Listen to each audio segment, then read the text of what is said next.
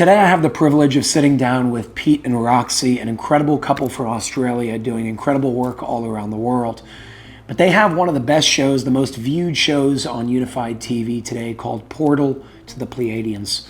Pete and Roxy, I want to say thank you for coming out today. We just happened to be together in California and had the chance to make this happen. So thank you guys for being here. So good to be here, Jason. Finally meeting in person, hey? I know, right? So good to be here. Amazing.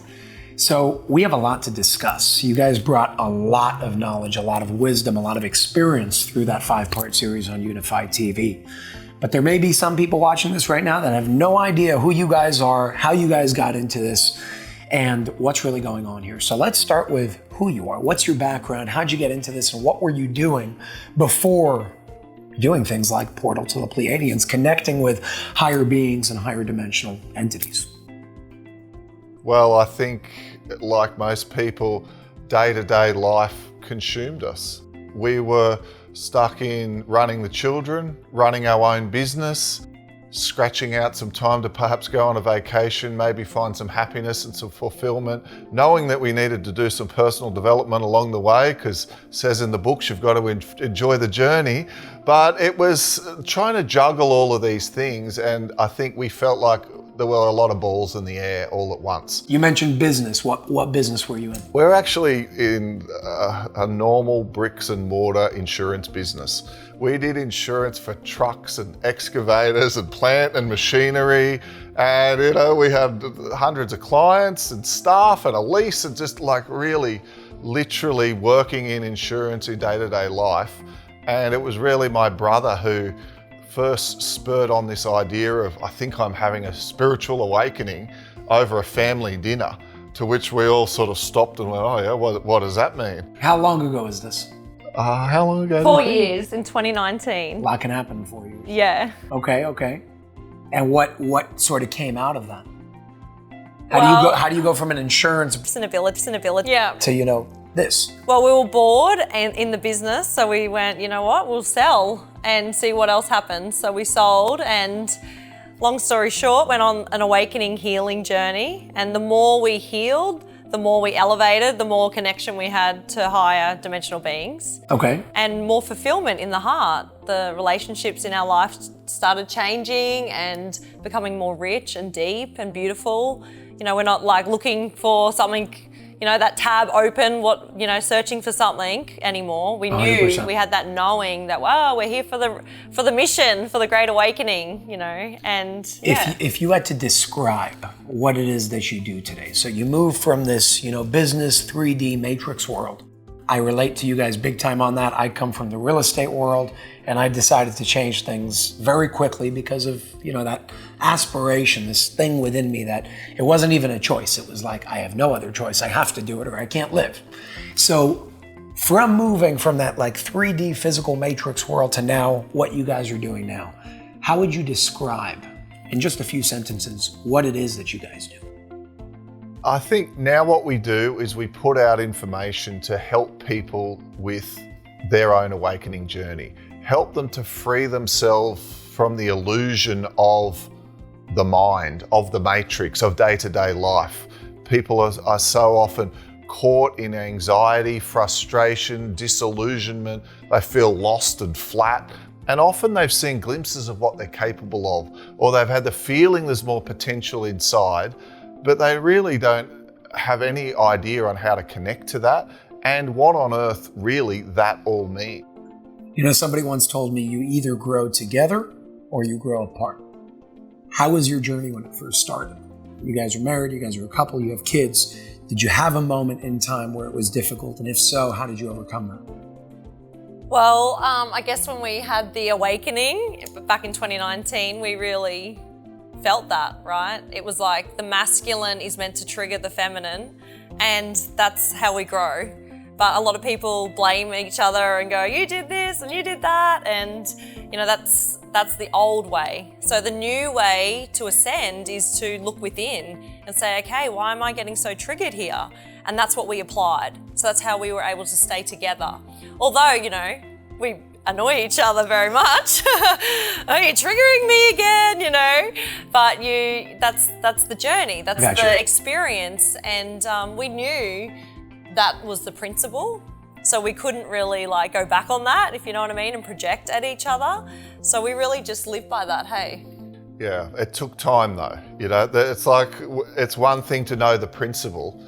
It's another thing to apply it in the heat of the moment when someone does something that irritates you around the home. Let's give it the most basic example. Or, you know, you're having a disagreement on a financial issue or a decision to do with the family that's important, and the decision's got to be made, or even let's get more complex and political, another family member, and we've got to deal with someone difficult. It's like, when you're in that situation, often the psychology goes out the window and you're like, you just want to blow up. It's like this philosophy in mind, but it's hard to apply sometimes. Yeah. So what we really used to keep reminding one another is whenever we get triggered about anything, like anything, it's actually not them, it's not life, it's not the situation, it's us.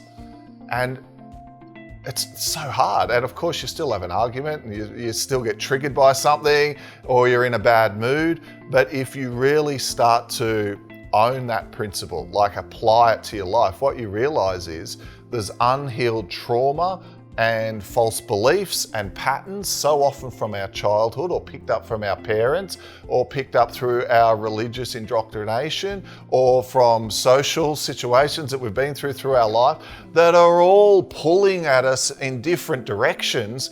So someone day to day does something at the party or whatever, and you're like, but underneath is a painful experience. It might have happened 15 years ago, and that is actually what is getting triggered. And the more you know thyself, the more you can go in and see all those little parts of the self that often people hide in the dungeon.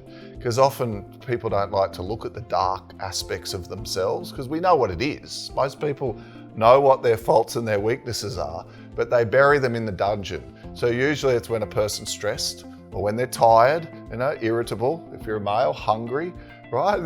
You get triggered. You get what I mean? It's like when you're not at your strongest, people can show who they really are. You know, for someone who's dating, they go, oh, you've got to give it 2 or 3 months, because most people can't fake it for 3 months. Eventually, one day, you're going to get them tired or hungry or irritated, and they go, aha, that's what they're like. A lot of the things that you guys are speaking about is, you can call it, teachings having to do with consciousness and awareness and ascension, so on and so forth. But there's a common theme with your work that has to do with extraterrestrial life. What's the connection? The connection would be raising of the vibration. One of the core messages for us to be able to connect to any sort of higher in power, whatever word people want to give that.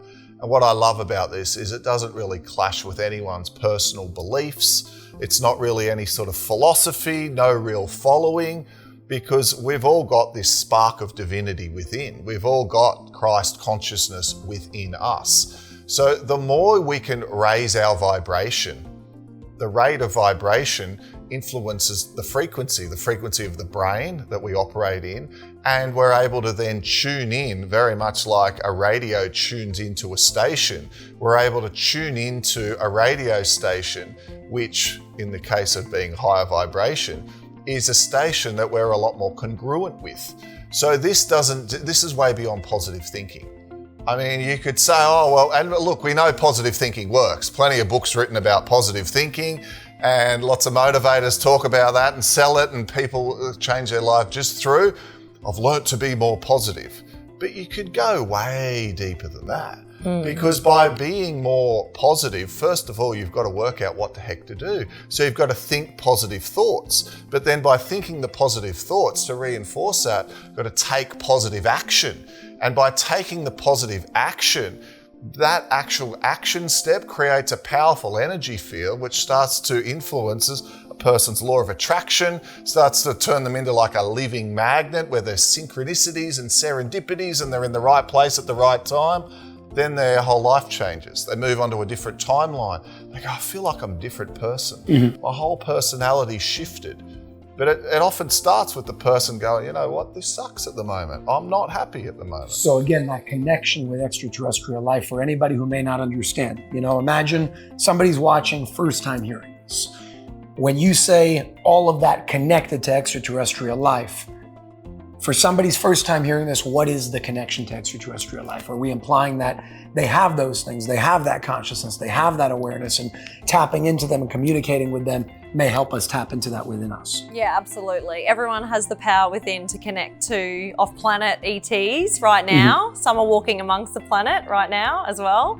And we're expanding as a civilization. So we're realizing with this vibration that Pete's talking about, by raising the vibration, we're tuning into this station, and they're on a higher station. So we're connecting to the Pleiades, and right now we're remote viewing our consciousness and our souls to an off-planet galactic starship.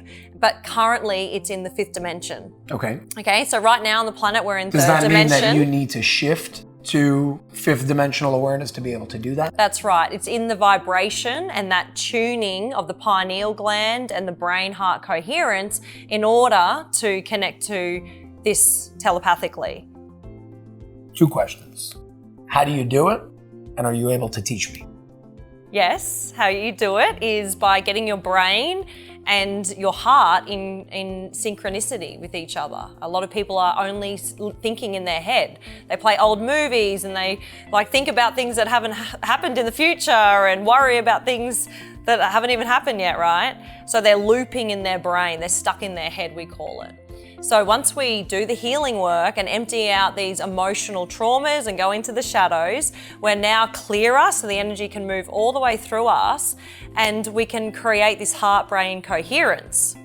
So once we have that activated, we're then able to tune into this off-planet ship and then tune into someone across the world, remotely, and tuning into seeing their shadows and tuning into seeing their false beliefs and So you're using it as a vehicle to help connect to another individual, to help that individual basically heal themselves through the use of that vehicle. Yeah, so what we do is we connect to someone else and we take their light body, their soul, their consciousness up to the 5th dimension into the ship, and up there the energy is a lot cleaner.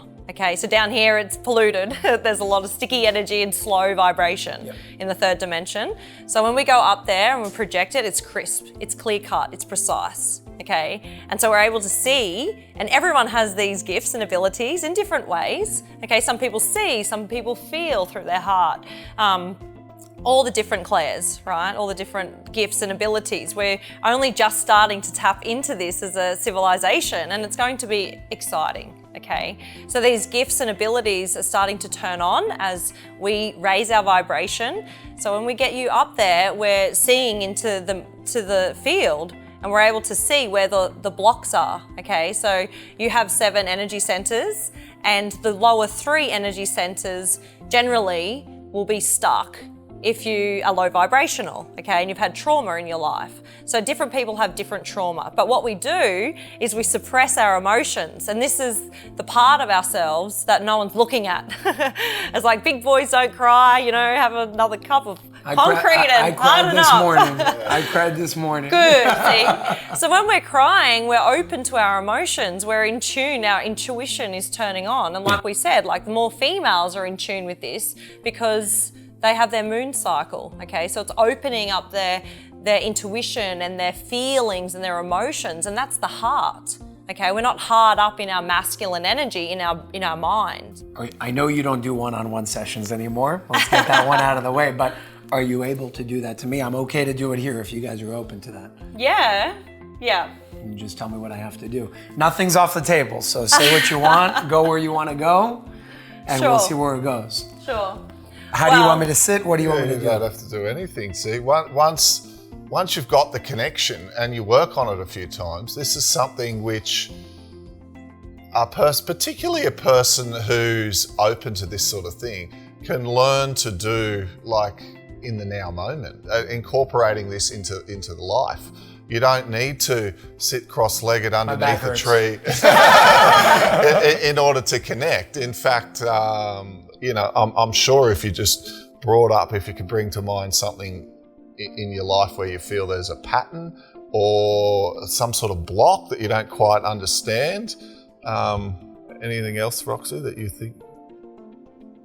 So we've been tuning in because we've been talking already. So yeah, we become this walking meditation essentially, okay? So we've raised our vibration. So for people that aren't used to this, there's a process that we teach to do this. But for us right now, we can almost like read into the field. And what's showing up firstly for you, reading energy, and with your free will, you've opened up the floor to me. We're looking at your sacral chakra. With relationships with females. Interesting. So that's showing up. Yeah. If we just drop into, when you were 7 to start with. So try and visualize your 7-year-old self.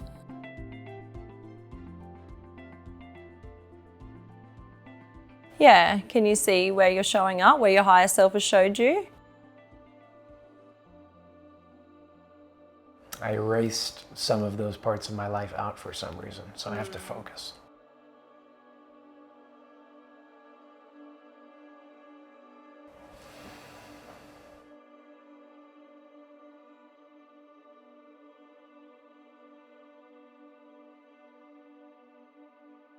I'm back at 7. So where is he showing up to you? At home or at school? School. Yeah, school. So this is in your heart as well. And do you remember the first day of school? I remember always showing up. I was the first one there. Yeah. And I love school. But I felt sort of like left out when I was younger. Yeah. So it feels like you're getting taken to school.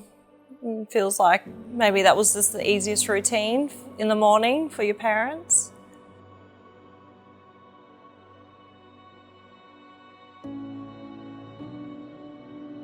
So I want you to go in now and take your beautiful angelic wings and your higher self and this version today back to that time. And just go see if he'll come to you for a cuddle. And how that feels.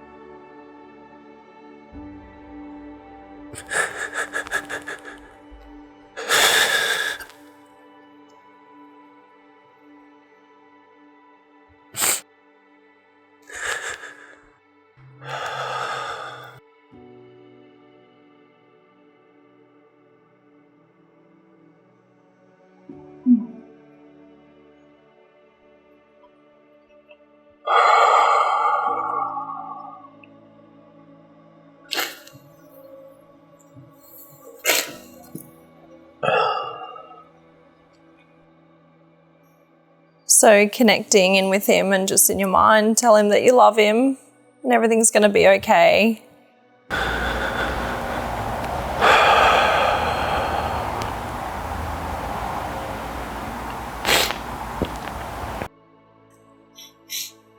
Feel the energy of perhaps like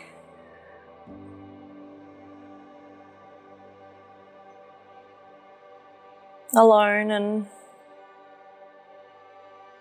overlooked a little bit in a way.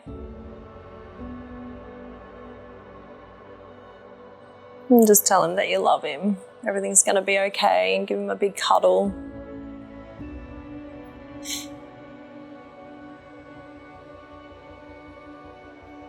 So what I'm getting for you, Jace, is there was a false belief that was created in this moment. You're a sensitive man, old soul, and being taken to school here was a feeling of separation from your mother and your father, not really harnessed. in a sense. And they did their best. So there's this broken link in your field now with connecting in with a female, because there's a fear, a false belief that you're not good enough, and this energy is, pushing it away until you heal yourself and come into yourself and realize that you are enough. I always felt afraid. Now I know why I erased the memories. Yeah. Because when I was younger, can I get a tissue? When I was younger, I remember I always felt different from everybody around me, so it made me feel like I had to put on like a mask. And that lasted for a while. And it always came to a point where I remember when I was in school, I would always look forward to Friday night, because Friday night was Shabbat dinner. I grew up in a Jewish home, and it was like the time where I could be with my family. And then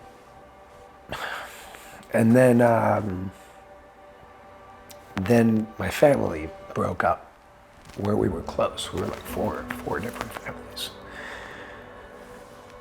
And then it was like the one thing that I always look forward to, I didn't have anymore.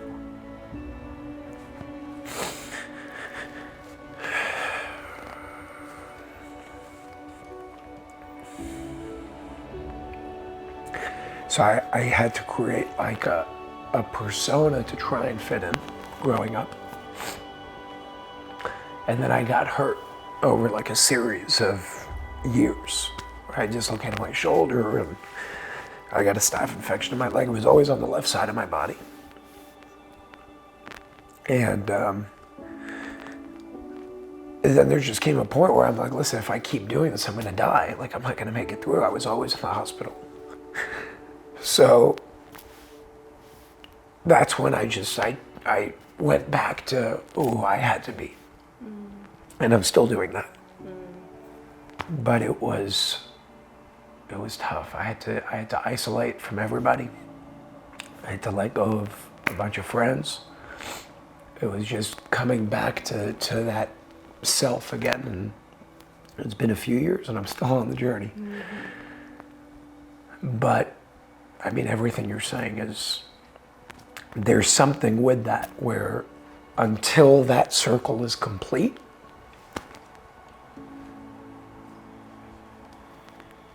that's the one thing. I have everything that I want in my life. The one thing that I've always felt was not there, and it's because it's a reflection I need to fulfill something, is that woman, that soulmate, that something. And I guess it's going to take work. But I need to connect more with that part that I erase.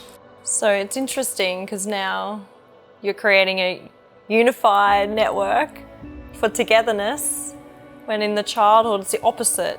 You felt alone. So see how the duality of both ends of the spectrum is so extreme?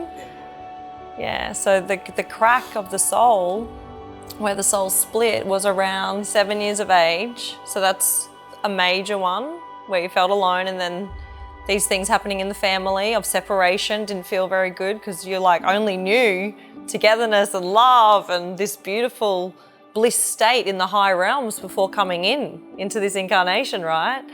And then it goes back to 3. So the root cause starts at 3. There's something at 3.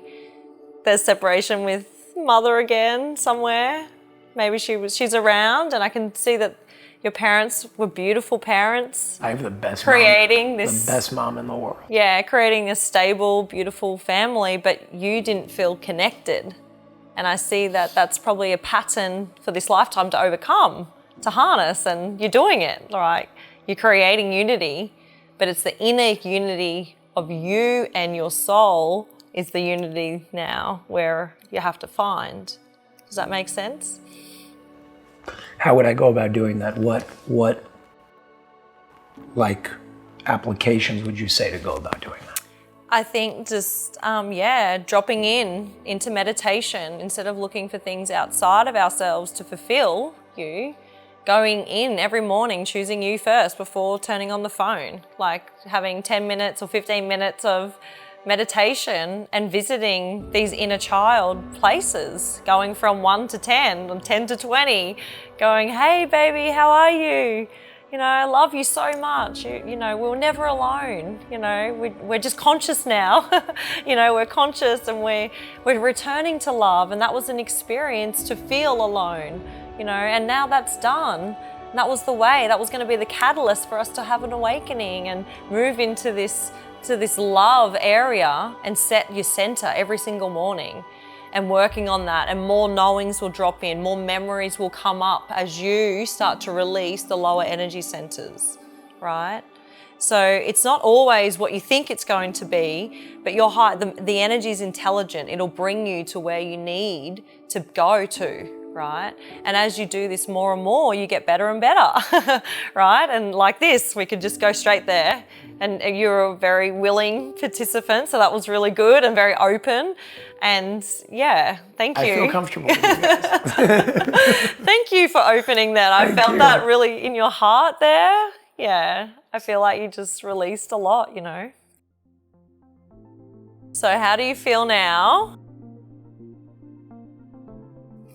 I didn't expect that to happen at all, but I think it was necessary. You know, before we started working together, we've been in touch for how long? 1, 2 years, something like that? More, I think, but More. yeah, a long time. But we've never met. This is our first time meeting, which is amazing. And I always felt something from you guys, but the fact that I actually got to experience this is why I wanted to bring you guys onto Unified. This is why I wanted to play a role in helping share the energy that you guys are bringing to the world, because I felt it and this was my confirmation. It was like, I needed that on a personal level. I'm happy that people get to see that now. It's something that I don't usually do. And I'm just grateful that that confirmation just happened to be able to bring your work to more people around the world. So I'm excited about what both of your futures look like. I know that it's a big one, and I'm grateful to be a part of it. However I can help, however I can make it bigger, however I can make it more known, it should be known. Portal to the Pleiadians is the top TV show right now on Unified TV for a reason. It's because people resonate with it, because people listen to this thing and they say, we want more, we want to understand, we want to learn, we want to tap into these gifts ourselves. Thank you guys both very much for bringing your message to the platform. It's a privilege to be able to, you know, help bring that message out to the world. So thank you both. And that brings today to a wrap. It obviously went in different directions and twists and turns that I definitely didn't expect, but it was interesting. It's always interesting to be vulnerable on camera in that way. It's something that I'm not always used to, but when it happens, there's an exciting part of it, and then the opposite emotion for me as well, because it's like, oh my God, what are people gonna think? What are they gonna see? What are they gonna say? And that's the truth. That's like as authentic and as transparent as I can be. And I'm curious to see how this is gonna come out. But what's most important here is what each and every one of you get out of this. That's why I do the work that I do. That's why Pete and Roxy do the work that they do. It's to inspire everybody to tap into their innermost and highest power within themselves. So if you do want to learn more about this, definitely check out Portal to the Pleiadians. Definitely check out their course and see where it takes you. Remember to not just get stuck in the box of what you're being given, but to use that as a starting point and take it in your own unique and creative way. So thank you all very much, and I'll see you all next time.